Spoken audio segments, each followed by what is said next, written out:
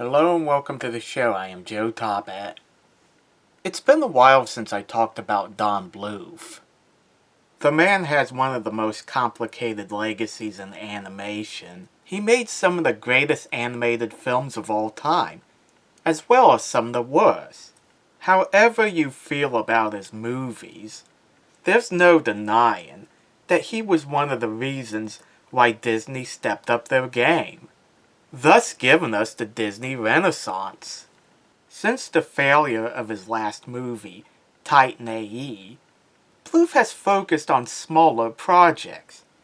He animated the music video, Mary, worked on the Tapper World Tour game, provided the animation to the short Circus Sam, and he's been teaching animation online.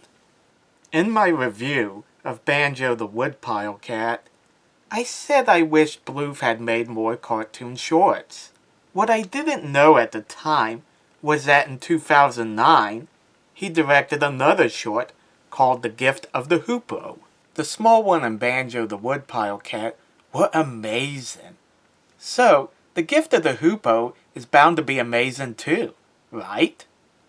Well, a red flag went up right away. Don Bluth said on the message board that he and his friend, Gary Goldman, had been asked to produce storyboards on this short by a Saudi Arabian studio. Later, the studio asked Bluth to serve as director. In the end, Bluth had little say in the final product and requested his name to be taken off, a request the studio didn't honor. In other words, they used his name to advertise The Gift of the Hoopoe. Okay, so it's a sleazy thing to do. But does that mean that this short is bad? Let's find out. The short begins with a family in town. The daughter, Sarah, loves to text about how terrible her lab partner is at school, while the son, Bader, loves to play games. This annoys their parents. It's moments like this that make me grateful I didn't own a cell phone as a kid. The kids also have no respect for the environment, as they just throw trash on the street. The paper or tissue or whatever gets caught in the wind. It gets in the woman's face, causing her to not see a car coming. If it had hit her, would the kids be at fault? Luckily, the parents get her out of the way in time. She rewards them by giving them a book. The parents love the gift, but the kids don't. I think we all know where this is going. The kids go to their room, where the book starts to float in the air. Then a bird, called a hoopoe, pops out. It serves as narrator to 3 stories from the book that involve the kids in some way. The first story is about a donkey and a mule. The donkey asks the mule to carry his burden over a hill, since the mule is better at it. The mule refuses the request, causing the donkey to get injured. Now the mule has to work even harder since the donkey is out of commission. The hoopoe shows that in this story, the kids are the mule, because they show no regard for the environment earlier. Please tell me that Captain Planet isn't going to pop out. He isn't? Good. Moving on. The second story is The Grasshopper and the Ant. I'll skip over the story, since you all know it by heart. Beta is supposed to be the grasshopper because he didn't take his studies seriously. He wants to be a game developer, but the Hoopoe shows him he still needs to study to do that. I'll give the short credit for this. All careers require you to study before pursuing them. The final story is about the sun and the wind.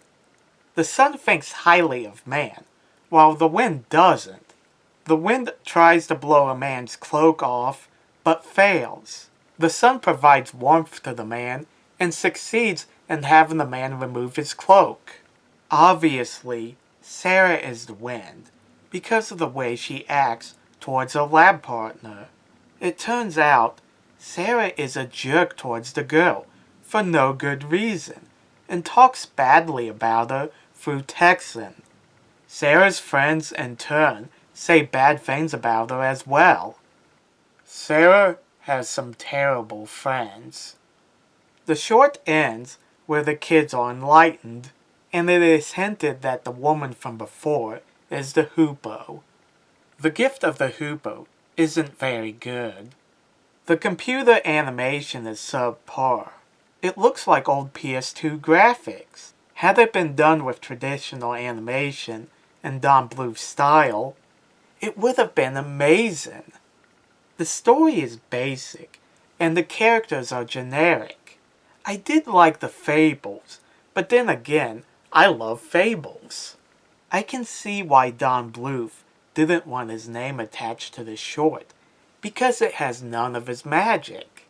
Had they given him more control over the short, it would have been amazing, like the small one and Banjo the Woodpile Cat. Currently, Don Bluth and Gary Goldman are working on a Dragon's Lair movie. This one they have more control over, and it'll be done in traditional animation.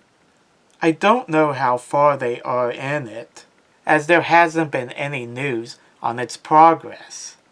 But animated movies take a while to make, especially if you go the indie route.